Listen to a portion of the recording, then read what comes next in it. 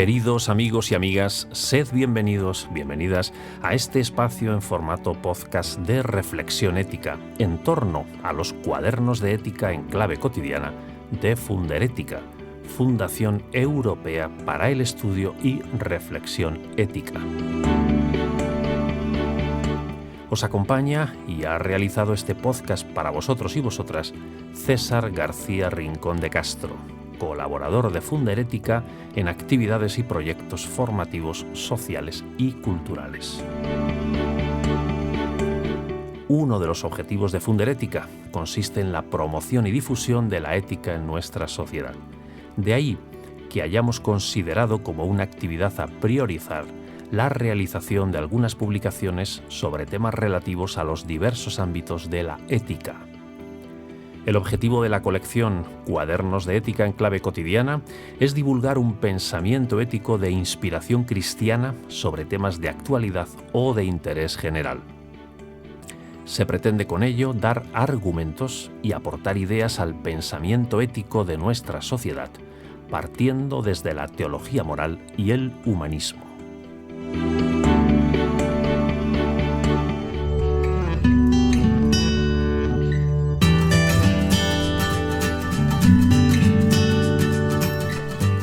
El pasado día 23 de noviembre de 2020 tuve la ocasión de entrevistar a Francisco Javier de la Torre en Madrid, en concreto en la Facultad de Derecho de la UNED, Universidad Nacional de Educación a Distancia, en el marco del 6º Encuentro Ética y Sociedad, organizado por Funderética, que tuvo lugar allí bajo el título Pandemia COVID-19, discriminación por razón de edad, en el que precisamente el profesor Francisco Javier de la Torre presentó su cuaderno Los confinados, manual de resistencia. ¿De qué trata este cuaderno? Según nos dice su autor, Francisco Javier de la Torre, este es un manual de resistencia para los de abajo, la gente ordinaria, la gente sencilla. En su libro La resistencia íntima, Josep María Esquirol habla de una resistencia que se recoge más que se expande. El resistente no anhela el dominio, ni la colonización, ni el poder. Quiere, ante todo, no perderse a sí mismo, pero de una manera muy especial, servir a los demás. Existir es, en parte, resistir. Cuando estamos confinados nos sentimos impotentes, impacientes. No podemos salir nada más que unas horas. No podemos ir a ver a nuestros padres, salir de nuestra provincia. No es la hora de podemos, sino de no podemos. No es la hora de la gran transformación, de los grandes proyectos, sino de la resistencia, en estos tiempos de incertidumbre, parálisis, inmovilización. El confinado no tiene responsabilidad amplia, sino muy limitada. ¿Quién es Francisco Javier de la Torre?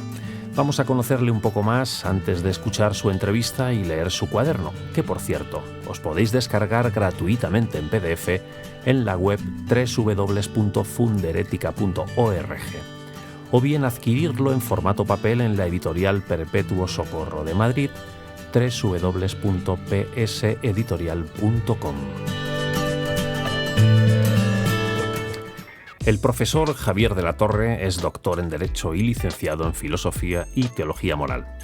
Ha sido docente en la Universidad San Pablo CEU, en la Universidad Complutense de Madrid y en la Universidad Nacional de Educación a Distancia. Desde 2005 se ha incorporado a la Universidad Pontificia Comillas a tiempo completo. Ha dirigido la Cátedra de Bioética y el Máster de Bioética entre abril de 2006 y enero de 2019.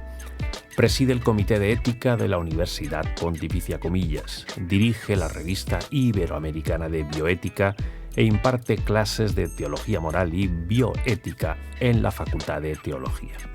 Ha publicado más de una docena de libros, editado más de 20 libros y escrito más de 70 artículos de su especialidad.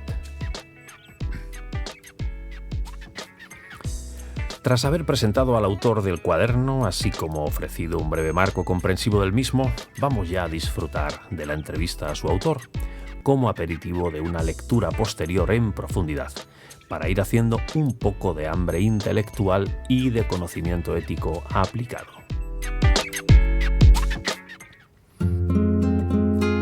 ¿Por qué crees, Francisco Javier, que es necesario leer el cuaderno Los confinados, manual de resistencia?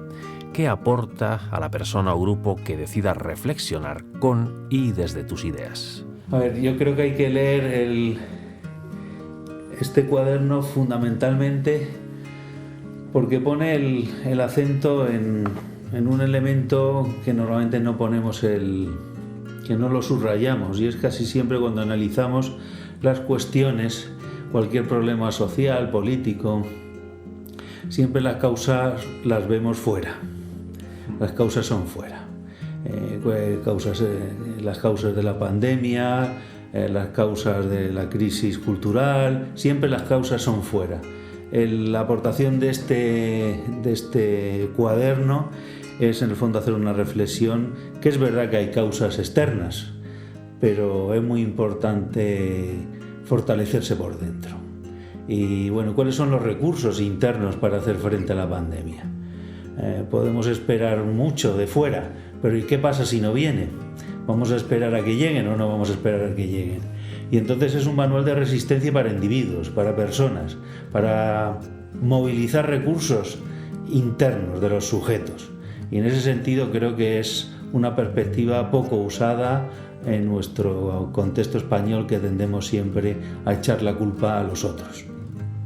En tu cuaderno tocas muchos temas, todos ellos de hondo calado y necesaria lectura ética tras la pandemia del COVID-19. Tras cada reflexión planteas una resistencia a modo de propuesta de solución. De todas ellas, ¿cuáles te parecen más urgentes o necesarias de cara al año 2021? Bueno, me parece que las dos más urgentes, curiosamente, son las que atienden a las dos orillas de la existencia. A las dos orillas de la existencia, las que tienen que ver con la fragilidad al principio de la vida y la fragilidad al final de la vida. Decía Gabriel Marcel que lo humano, la profundidad de lo humano se descubre en el niño y en el anciano. Pues yo creo que las prioridades después de esta pandemia, aunque parezcan que no son las más fáciles de vender, posiblemente va a costar mucho asumirlas, pero donde hay que poner la prioridad en el año 2021 es qué hacemos con nuestros ancianos y qué hacemos con nuestros niños. Nuestros niños que han crecido con una simbólica distinta a nosotros. Han crecido confinados, han crecido escuchando datos y noticias de muerte, de enfermedad, y yo creo que hay que cuidarlos. Entonces creo que lo que nos debe preocupar, curiosamente, es la atención social a nuestros mayores y a nuestros mayores más vulnerables, es decir, a personas de más de 80 años y sobre todo a esos mayores solos, a esos 400.000 mayores que viven con más de 80 años solos, y a todo nuestro sistema educativo, que curiosamente ahora pues está debatiendo y planteando a nivel nacional. Se ha hablado mucho de emociones durante la pandemia, en una época actual de auténtica eclosión de lo emocional. La famosa inteligencia emocional, que cada vez gana más adeptos y más coaches también. Tú hablas de cuidar el corazón, de la necesidad de expresar y encauzar los sentimientos. ¿Por qué es importante y cómo podemos ayudar a hacerlo bien? Bueno, el tema de cuidar el corazón y la inteligencia emocional me parece que es clave, porque vivimos en sociedades emocionales. La clave son los sentimientos hoy. A lo largo de toda la historia, la clave a veces eran las ideas, los conceptos, los argumentos, la lógica, o incluso los grandes proyectos utópicos, la voluntad, grandes planteamientos de futuro. Hoy hay un crepúsculo del deber, hay un crepúsculo de los grandes planteamientos utópicos, de los grandes proyectos. Hoy no tenemos grandes proyectos. Y también vivimos épocas de incertidumbre intelectual. Esto hace que nuestras sociedades sean emocionales. Pero curiosamente lo clave de nuestras sociedades es que estamos todavía en pañales en lo que significa la inteligencia emocional o la educación de las emociones. Algunos hablan que somos analfabetos sentimentales. Y creo que hay que educarnos, es clave educarnos en el tema de las emociones. Y a la hora de educarnos en las emociones, lo primero es tomar conciencia de qué emociones nos pueblan. A veces pensamos que nosotros éramos una idea, un proyecto, pero somos sobre todo los grandes deseos que nos habitan, las grandes pasiones. El hombre es deseo, el hombre es pasión. Y desde los deseos y las pasiones se elaboran los proyectos. Entonces, lo primero en una educación afectiva es ayudar a la gente a tomar conciencia de los sentimientos que tiene, que a veces son paradójicos, a veces son ambiguos, a veces son complejos, a veces pueden ser contradictorios, pero lo importante es saber qué es lo que habita uno por dentro, qué le apasiona por dentro, qué le gusta por dentro. Y lógicamente después, de descubrir esos sentimientos a veces complejos, difíciles, porque el mundo sentimental no es el mundo de la lógica cartesiana, ese es otro mundo, pues aprender a ponerles palabras, sin etiquetarlos del todo, pero saber un poco cuáles son los sentimientos que nos habitan. Ira, desesperanza, frustración, alegría, abatimiento. ¿Cuáles son los sentimientos? Poner nombre a los sentimientos. Y lógicamente, puestos los nombres, otra cosa que tenemos que aprender, y esta pandemia nos enseña mucho, es a expresarlos. Entre expresarlos de manera espontánea y reprimirlos, entre dejarnos llevar por los sentimientos y que los sentimientos nos llevan de un lado a otro, intentar, pues gobernar algo nuestros sentimientos. Intentar a veces que no nos derriben, que no nos lleven, que no nos conduzcan. O también a veces, si estamos demasiado quietos, que nos saquen, que nos impulsen, que nos exciten, que nos animen. Pero un tercer paso, después de la conciencia, después de ponerles palabras a los sentimientos, lógicamente es intentar ser soberano de nuestros sentimientos, regular nuestros sentimientos, más allá de los extremos. Y de ahí, pues, buscar una manera enriquecedora de expresarlos. El confinamiento social ha evidenciado aún más las desigualdades entre ricos y pobres, y también ha producido nuevas desigualdades. Y tú inicias el cuaderno afirmando que los ricos no siempre lloran, haciendo luego un excelente resumen sociológico de la situación. La pregunta de fondo sería: ¿qué va a pasar a partir de ahora en el mundo? ¿Y qué soluciones globales deberían implementarse? Tú respondes a esta pregunta en el capítulo 4 del cuaderno. ¿Nos puedes hacer un breve resumen de tus ideas al respecto? Bueno, a ver, yo no quiero entrar en no sé hacia dónde vamos. Todos tenemos una mirada muy parcial y muy limitada, y todos somos simplemente hombres, y cada uno desde una perspectiva. Es verdad que hay gente pues, que se mueve más, que integra más perspectivas, pero lo que es evidente es que el futuro es complejo. Y lo que quizá haya que huir son de las soluciones unilaterales.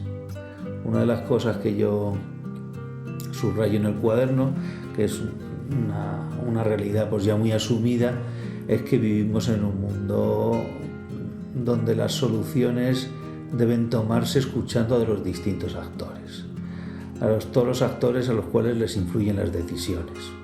Esto es tomarse en serio el diálogo y creer que las soluciones deben pasar por el filtro del diálogo. Entonces, claro, esto es todo lo contrario de soluciones salvíficas o unilaterales, a las cuales estamos muy acostumbrados. Buscar estos líderes que nos van a arreglar, o visionarios. Bueno, yo creo que las grandes soluciones nacen del diálogo. El diálogo no es fácil. El diálogo implica, flexibilidad, apertura, aprender a ese arte tan extraño de poder no tener la razón, aprender de los otros, ponernos en la piel de los otros. Bueno, flexibilidad, pero lógicamente ¿hacia dónde vamos? Vamos hacia sociedades donde lo más necesario es ir creando cauces de diálogo, de deliberación mutua, Por eso es muy importante que las personas que estén en cargos de responsabilidad social, de responsabilidad cultural, de responsabilidad política, sean personas porosas.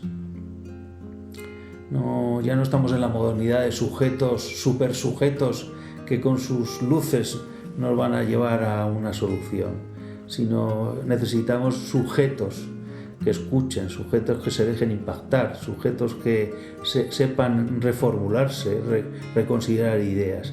Y ahí yo sí que creo que el futuro, una de las cuestiones clave es una visión, por eso, más interdisciplinar de las cosas, de los planteamientos, de las decisiones, y en ese sentido vamos a un mundo donde un tema central inevitablemente va a ser el tema de la ecología integral. Pero la ecología integral no solo la del medio ambiente, ecología integral de la sociedad, ecología integral, hay que hacer ecología en la cultura, y hay que hacer ecología en las instituciones y ecología en las casas.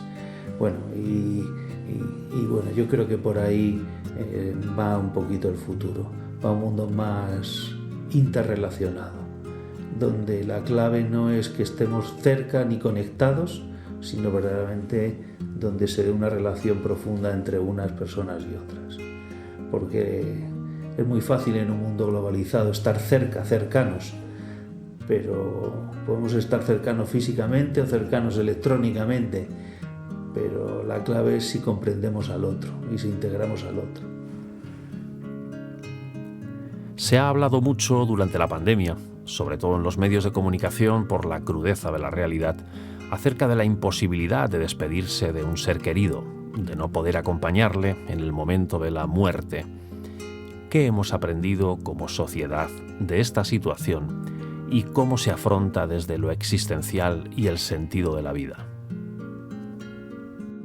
Bueno, el tema de la muerte en la pandemia, lo que es evidente es que ha funcionado lo que tantos sociólogos y antropólogos decían antes, llevaban décadas diciendo. En nuestra sociedad tenemos enormes dificultades de afrontar el tema de la muerte. La muerte en nuestras sociedades es un tabú de la cual la gente no quiere hablar.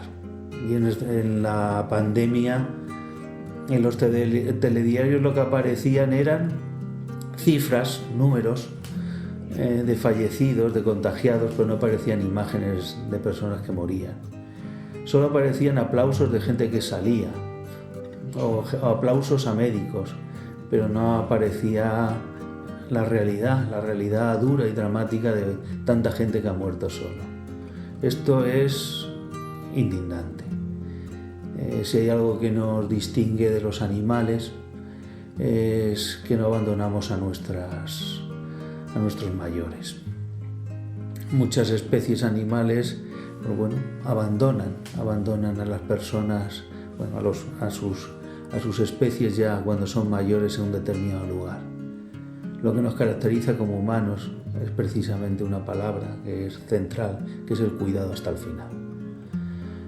Cuidado pleno hasta el final, porque se puede ser humano hasta el final y hay que vivir plenos hasta el final. Y esa plenitud al final es, curiosamente, tener una mano, una palabra, una atención. Y lo duro es que muchas personas han muerto solas en esta pandemia. Y creo que esto es una cuestión enormemente grave, que está diciendo la dificultad de integrar también los profesionales sanitarios, pero también las familias, el tema de la muerte y también la sociedad. La vida se acaba, la vida tiene un límite, y si le queremos dar densidad a la vida, le queremos dar profundidad a la vida, tenemos que reconocer también que la vida tiene límites. Y los mejores maestros de la vida, como decía Kübler-Ross, son aquellos que son capaces de mirar a los ojos a la muerte. Porque curiosamente quien tiene mayor conciencia de la muerte, de la fiereza o de naturalidad de la muerte, es aquel que tiene capacidad de acompañar con mucha vida, con plenitud de vida hasta el final. Y lo terrible es que mucha gente en esta pandemia ha muerto como perros, abandonados. Es verdad que en muchos casos ha habido la mano de un sanitario o una llamada de teléfono, pero no basta. Esto es indigno. Los hombres somos seres familiares y seres de amigos. Y morir solos es de las cosas más tristes que puede ocurrir en la vida. Los líderes y o servidores públicos han tenido un papel crucial, no por ello acertado siempre, en esta pandemia.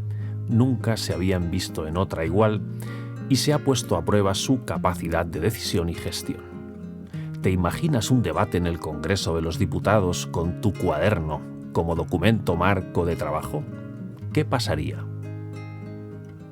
Bueno, yo primero no me considero una persona digna de ni este cuaderno de tanto, pero si ocurriera, lo que me gustaría fundamentalmente es que captaran lo que pretende este cuaderno. Más allá de las políticas, más allá de la sanidad, más allá de la ciencia, el coronavirus ha sido devastador para las personas humanas individuales, para cada persona humana. Ha sido un tsunami en el corazón de las personas. Y verdaderamente a muchas personas les ha tocado muy por dentro. A mí me gustaría que este cuaderno les ayudara a ponerse en los zapatos de los que dicen son representantes de los representados. Pero no de los grandes, sino de los pequeños. No los de arriba, sino los de abajo. No de los que tienen poder, sino de los impotentes. Mucha gente no tiene poder, no tiene dinero, no tiene mucha gente a la cual acudir. Pero esa es mucha gente. Esa es la gente del pueblo, la gente sencilla. Y como decía Antonio Machado, muchas de las grandes verdades de la vida, los que mejores las dicen, los que las mejores las expresan, son la gente del pueblo. Ellos que dicen servir al pueblo y ser representantes del pueblo. Lo que me gustaría con este cuaderno es que descubrieran qué es lo que una persona normal, que no tiene ni un chalet, ni sirvientes, ni una cartera ministerial, ni grandes sueldos, ni una gran casa, ha pasado cuando ha pasado este coronavirus por su vida.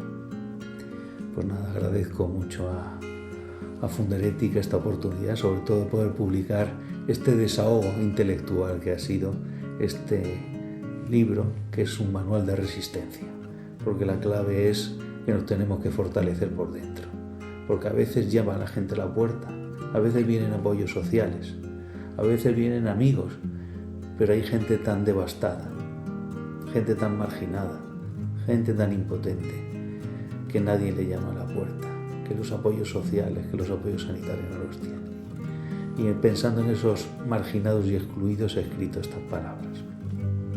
Muchas gracias.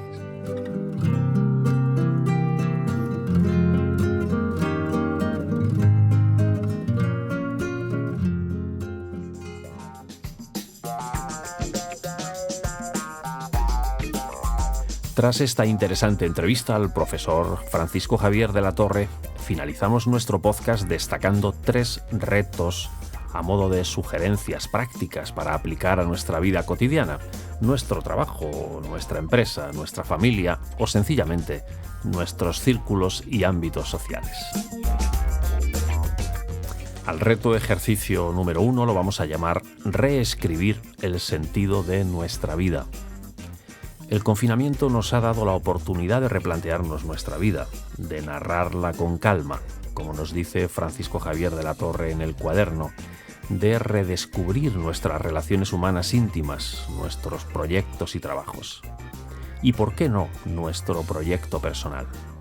Salir fortalecidos tras el COVID-19 es salir con un proyecto de vida y de sociedad renovados, con una nueva hoja de ruta en estos mares inquietos e inciertos que navegamos, en esta modernidad líquida que diría Zygmunt Bauman.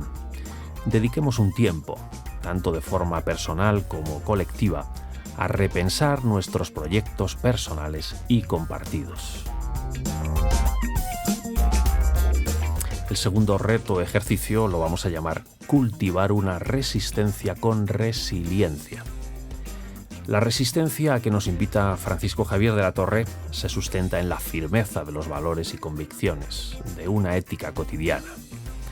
No es la resistencia de los negacionismos ni de los extremismos polarizados, sino la de la dialéctica, la del desenmascaramiento de las posverdades y las fake news, la de las emociones bien expresadas, compartidas y canalizadas en positivo. Los resistentes resilientes son los que salen fortalecidos de las adversidades, como diría Luis Rojas Marcos, los que se apoyan en las relaciones afectivas, los que generan creatividad, los que saben dónde van, que tienen un proyecto personal, los que toman la iniciativa con autonomía, los que encuentran fortalezas y motivos para vivir en la debilidad y en la vulnerabilidad. Y el tercer reto ejercicio lo vamos a llamar llevar a la práctica la ética del cuidado. El autocuidado y el mutuo cuidado han sido claves durante la pandemia por COVID-19 y durante el confinamiento. Nos hemos hecho conscientes de la importancia de cuidarnos, de cuidar a los más vulnerables, de cuidar el medio ambiente y nuestra casa común, como dice el Papa Francisco, de cuidar la vida hasta el final, del cuidado como garante de la dignidad humana también. La pandemia nos ha situado ya en otra época, en otra era, en el nuevo paradigma de la sociedad del cuidado, y esto será transversal a todos los ámbitos de la vida: familia, pareja, trabajo, educación, ocio, consumo, ciudadanía. Quedarse anclado en cualquier tiempo pasado fue mejor, o querer regresar al modo de vida anterior no es inteligente, ni práctico, ni ético en las coordenadas actuales que vivimos. Es la hora de cuidarnos y de cuidar el planeta, de compartir más y consumir menos, de vivir mejor con menos cosas, de vivir más despacio para saborear más la existencia y la vida en sociedad. Desde Funderética os agradecemos que nos hayáis elegido para compartir un rato de reflexión ética y os animamos a compartir este podcast con más personas y comunidades, así como a seguir profundizando en la temática del mismo con la lectura del cuaderno Los Confinados, Manual de Resistencia, que podéis descargar gratuitamente en la web www.funderetica.org o adquirir en formato papel en la editorial Perpetuo Socorro, www.pseditorial.com.